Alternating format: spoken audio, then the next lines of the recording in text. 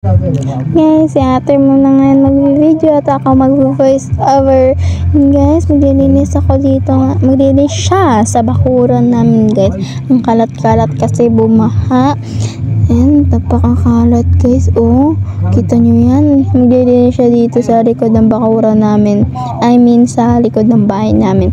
Guys, makatulong siya dito na friend ko na si Cutie. Nasimulan niya na. Huli na siya mag-vlog, guys. Ayan, may pang ganyan kami, guys, kasi ang hirap magwalis. Lahat yan, walisin niya. Napakahirap niyan, guys.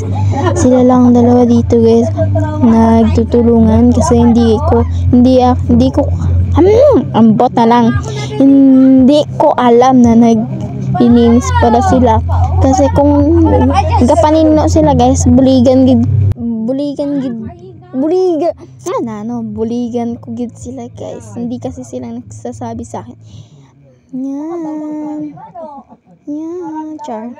And guys, walis lang. Araw-araw sipag lang, guys. Yan, guys, simulan nyo na. Matagal pa yan, guys, kasi hindi wawalis pa yan sila. Kasi guys, yung dagat sa amin, pumapasok siya, guys, di sa bakuran namin.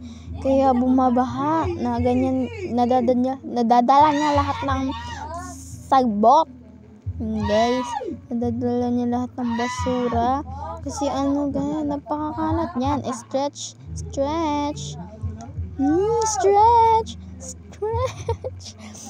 Guys, napakasakit ata ng likod ni ate. Hilutin ko nga. Joke lang. Guys, so malapit na sila, guys. Hindi pa sila malapit matapos. Napakatagal pa yan. Guys, napakakalat talaga ng likod namin. Nakalain nyo. Patulong maghimos, guys. Patulong magwalis.